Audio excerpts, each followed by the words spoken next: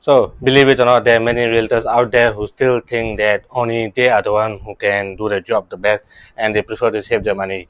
And the reason that is because maybe in the past they hire someone, their friends or their relatives, to build up the website for them based on property, or try to get them engage them to get them leads or appointment. But what happened after that is that you know because these friends, these relatives, all these people who freelancers or agencies, they never sold a house before. So because of that, what happened is these realtors, they don't have any appointment to show for their effort or their money, and they don't close anything. So they start blaming them, and they say that only I'm the only one who knows how to do my job the best, and the best way is I do everything, all right. Well, I got news for you, all right. It's not about them. I think it's about you. Why? Because most property agents, they are bad managers. Think about it for a second. All right. Look at your outline, or look at anyone in the real estate industry. What typically happens is that they're in the office, they come inside the office, and then they dump a lot of work on everyone there, and then they quickly get out of the office, right?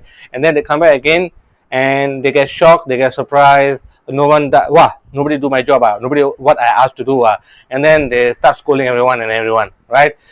So the thing is that it's not about you as a realtor. It's about managing other people, right? And even I used to feel that way. When I was like that before, I'll be very upfront with you. When I was in NS, I was in civil defense, right? And I used to feel shocked. I used to feel great when I, told my subordinates to do this, do that, do this, do that. And after I asked them to do something, I would expect them to carry out unquestioningly, right? And then even in national service, I realized there were some superior, some people, some officers with high rank who abused their power, and to them it was all about power, it was all about wiring, it was all about showing off and bragging, right. And then they felt shook. So in NS, they have this saying, right? It's the person you got to respect. It's not the rank. But the thing is that army or civil defense is all about the position, the rank, right? So you have to respect the rank, not the person, even if you hate the person, right? So after I finished NS, I came back to civilian life. I realized that civilian life, at the time when I was doing real estate, it was less structured, it was less organized, it was less orderly, right? Because in NS, in national service, in civil defense, in army, in police, it's very structured. There's a chain of command. You have to do what to do. So it's very efficient, very effective. And then I started doing real estate. I started studying real estate. What happened was, after a while of doing real estate, uh, after a few years, right? I was in my third year, but then I was doing okay, and then I decided to hire, get some downlines under me, and I started to manage people, right? And here's the thing. Here's what happened. All right. I started getting all these, leads, and I started passing all my leads, all my appointments to my downline. And what happened is that, I realized over time that they only pick and choose the best leads, the best people, the best prospects, and to me that was wasting my money, right? And I was very angry. I told them, why are you neglecting all the rest? What about all the future prospects? What about those prospects who might maybe close next year or maybe close 2 years later? But my downline were only interested in cherry picking only those prospects who can close right now, right? And that was a dilemma for me. So I was angry. I was angry, and I maybe I shouted at them, or maybe they felt that I was being very very bossy. So one by one, they started leaving. They started leaving my team, and I started, from a team of three realtors, I was down to one man show, back to square one.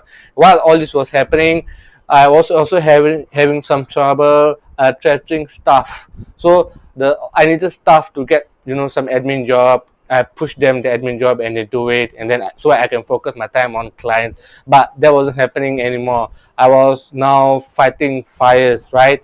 I was busy trying to recruit all over again, start from scratch all over again. My staff were leaving, my downlines were leaving, and I was all alone.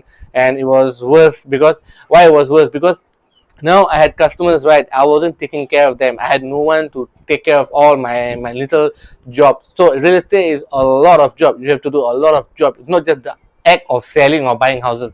There's a thousand other different things to do, right? So what happened was that I neglected because I got no more downline, I got no more stuff. I neglected to take care of all those clients who, in the first place, I was supposed to serve them, but I wasn't serving them. So they stopped coming to me, and I started earning less and less. And it all started because all because I was a bad manager, but I didn't realize it at the time. And then at the time, I remember, I sat down with one of my mentor, and I just voiced out my complaint to him, voiced out my frustration to him. I told him, you know, everyone is mediocre. No one does a good job, and I'm the only one who can do the best job. And I said that because I thought that, the downlines and all the employees, they only were in it for the money. But it was my business, it was my baby. I was the one who was most passionate about it. And my mentor told me something that changed my mindset about this management thing forever. And I remember he asked me, he told me, well, what did you expect them to do? And when he asked me that, honestly, I had no answer. I couldn't answer him. And as I went back home and I started to understand, started to read up more about it, and my upline pointed me to some resources, some better ways of managing, I realized that, yeah, actually it was me. I was the one who was the managing wrongly.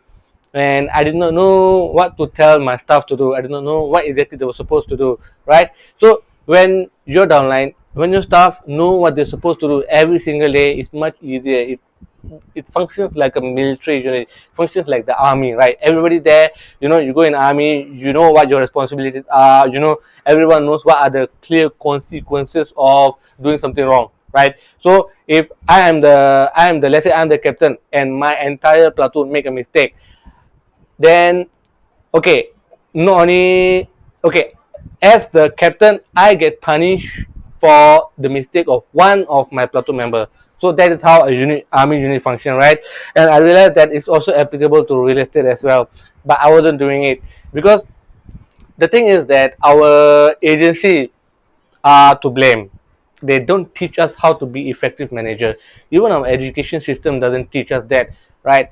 And then what happens is that most of the time we are busy, busy, busy, busy looking for new customers, busy looking for, serving them, busy, busy earning money. So, managing other people takes a back seat. But the thing is that I realized one thing: only when I had an effective, functioning team, then I was free to do stuff that I love to do. Because those agents who say that only they know how to do the thing the best, and they feel that it's better to save their money rather than hire someone. I can tell you that that's the wrong thing. Why? Because you are not looking at it at the big picture. You're not trying to understand the true power of leverage. Because when you understand the power of leveraging other people, right, you can leverage your time multiply, right?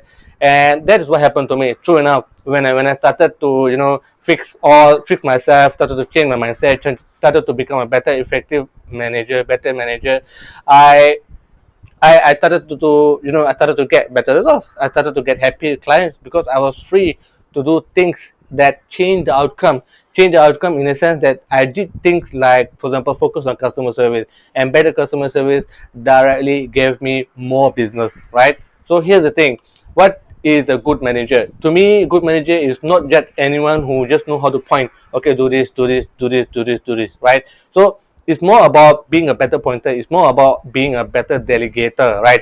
So the fastest way you the fastest way to become an effective manager you can become right now, what you can do, is very simple. You have to be very, very specific, very specific. You have to be laser specific, laser focused on day to day, month to month, week to week, the job, the responsibility, the task that each team member is supposed to do. When you run your team like a military unit, you'll have an easier way, you'll have a better way, and that's how you maximize yourself, that's how you leverage yourself, that's how you multiply yourself, and then you enjoy the income.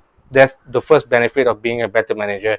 Then you also enjoy it emotionally, in a sense that it's more fulfilling. You end up doing less work and you have more results. So that, my friend, is the secret to becoming an effective manager.